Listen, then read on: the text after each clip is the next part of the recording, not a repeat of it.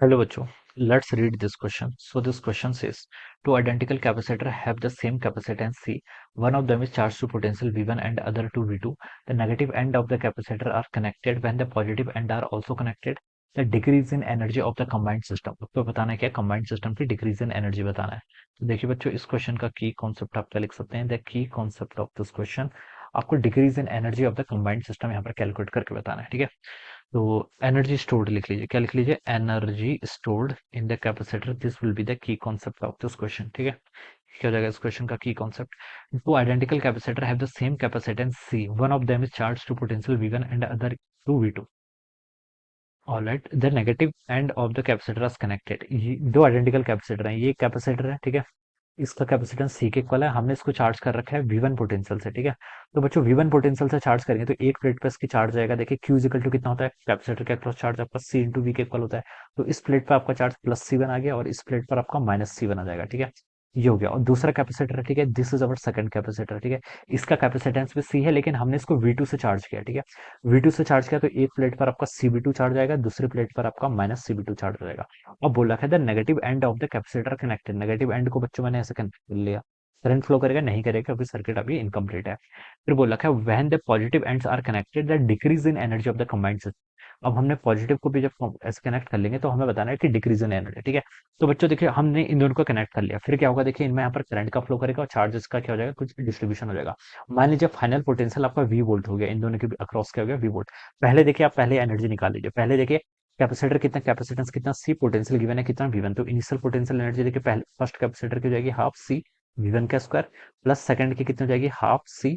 V2 potential से charge किया था तो V2 का square. This is the initial. ये आपकी क्या आ गई? This is the initial energy. ठीक है. ये आपकी इनिशियल एनर्जी आएगी. और फाइनल देखिए कितनी होगी? फाइनल देखिए हम कैसे कैलकुलेट करेंगे. इसके अक्रॉस देखिए आपका पोटेंशियल डिफरेंस कितना देखिए फाइनल हो जाएगा. देखिए दोनों कैपेसिटर के अक्रॉस देखिए जब हम इनको ऐसे पैरेलल में कनेक्ट कर देंगे तो दोनों के अक्रॉस क्या आ जाएगा? पोटेंशियल डिफरेंस सेम होगा. ठीक है. और दोनों का कैपेसिटेंस कितना? C के इक्वल है. तो हम लिख सकते हैं हाफ C. पोटेंशियल डिफरेंस कितना? V का square. This is the energy stored in single capacitor. लेकिन हमारे पास दो है तो हम इसको क्या करेंगे? 2 से मल्टीप्लाई करेंगे तो ये हो जाएगा आपका CV स्क्वायर के इक्वल. कितना हो गया? CV square. ठीक है. अब बच्चों यहाँ पर V की वैल्यू आप पुट कर लीजिए. V देखिए कैसे कैलकुलेट करेंगे. V कैलकुलेट करने के लिए देखिए आप चार्ज कंजर्वेशन लगा लीजिए. क्या लगा लीजिए? Charge conservation. क्या लगा लेंगे यहाँ पर हम? चार्ज कंजर्वेशन का यहाँ पर यूज करेंगे. ठीक है. तो बच्चों देखिए चार्ज कंजर्वेशन आपको क्या बताता है? पोटेंशियल डिफरेंस देखिए हमें पता है दोनों के अक्रॉस कितना है? V है. ठीक है. Potential difference V equal to देखिए कितना होता है आपका? Q बाई C के इक्वल होता है. इनिशियल इस पर चार्ज कितना था? CV1 था. कितना था? CV1. दूसरे वाले पे इनिशियल देखिए चार्ज हम जब भी लेते हैं तो प्लस वाली प्लेट का लेते हैं. ठीक है. और दूसरे का कितना आपका? CV2. ठीक है. इतना हो जाएगा. और ये आप कहाँ से देखिए आपका नेट कैपेसिटेंस कितना आपका? ये देखिए आपके कैसे कनेक्टेड है. This capacitor and this capacitor these are connected in parallel.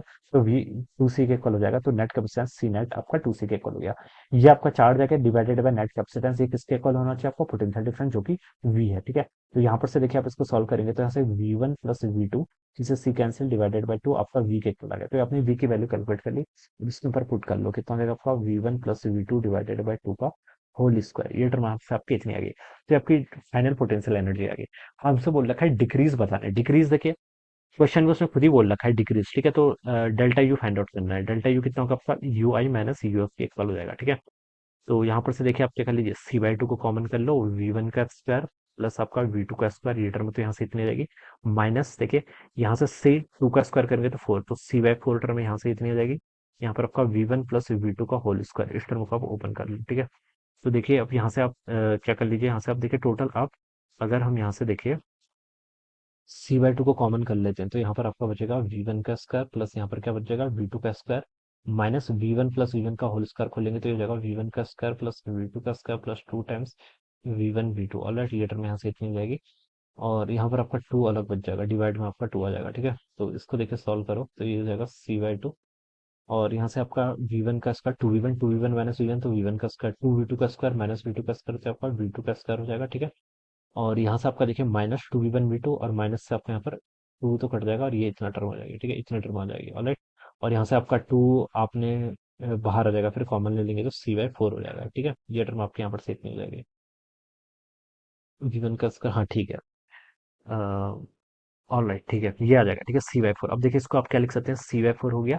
और ये आपका देखिए A का स्क्वायर प्लस B का स्क्वायर. यहाँ पर देखिए आपका कितना हो जाएगा? आपका A का स्क्वायर. यहाँ पर कुछ मिस्टेक होगी क्या? V1 का स्क्वायर यहाँ से v1 स्क्वायर बाई 2 आएगा। ठीक है, चलिए हम इसको एक बार फिर से कर लेते हैं। ठीक है, ये हमने मिस्टेक कर दी है एक्चुअली में। ठीक है, थोड़ी सी यहाँ पर मिस्टेक हो गया। चलिए हम इसको फिर से सॉल्व कर लेते हैं यहाँ पर। ठीक है, तो c/2 देखिए ऑलरेडी आपका बाहर था।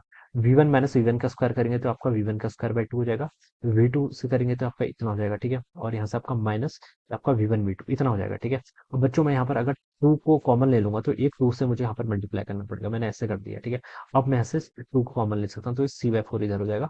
अंदर बचेगा v1 का स्क्वायर प्लस v2 का स्क्वायर माइनस आपका कितना 2 v1 v2। ठीक है, अब ये आंसर आ जाएगा। देखिए यहाँ से आपका c/4 तो ये हो गया, ए का स्क्वायर प्लस बीस का स्क्वायर माइनस 2 ए बी, तो ये आपका v1 - v2 का स्क्वायर हो जाएगा। ठीक है, ये आंसर आ जाएगा c/4 टाइम्स आपका v1 - v2 का square. So this would be the answer of this question. ये क्या आ जाएगा आपका डिक्रीज इन एनर्जी आ जाएगा। ठीक है, so this would be the answer. So I hope you all understood this concept. All the best and thank you so much.